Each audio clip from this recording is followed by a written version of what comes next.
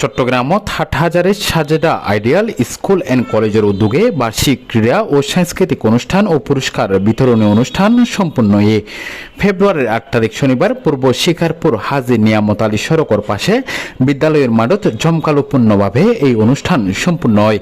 অনুষ্ঠানগান 2 অধিবেশনত বিভক্ত ছিল। প্রথম অধিবেশনত পবিত্র কোরআন তেলাওয়াত, জাতীয় সঙ্গীত পরিবেশন, অতিথিসকলের আসন গ্রহণ, পুষ্প অর্পণ, বার্ষিক ক্রীড়া প্রতিযোগিতা, আলোচনা সভা ও পুরস্কার বিতরণী অনুষ্ঠান অনুষ্ঠিত হয়।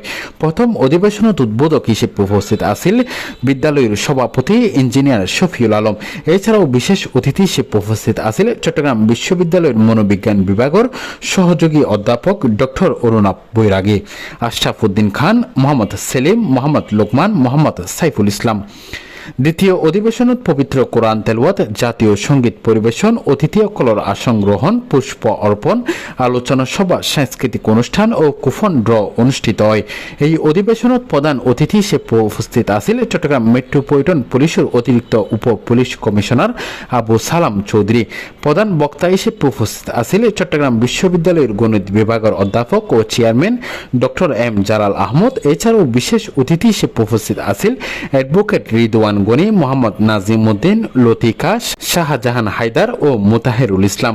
অনুষ্ঠানত এলাকার গণ্যমান্য ব্যক্তিবর্গ, শিক্ষক মণ্ডলী, ছাত্রছাত্রী ও অভিভাবকসকল এই সময় উপস্থিত আছেন। পরবর্তীতে এক মনোরোগ্য সাংস্কৃতিক অনুষ্ঠান পরিবেশিত হয়, যা দর্শকসকললৈ ব্যাপক আনন্দ প্রদান করে। এই ধরনের আয়োজন শিক্ষার্থীসকলের শারীরিক, মানসিক ও সাংস্কৃতিক বিকাশলৈ গুরুত্বপূর্ণ ভূমিকা রাখিব বলে বক্তারা তাদের বক্তব্যত উল্লেখ করে। Shoaibur Rahman, C plus TV, Chittagong.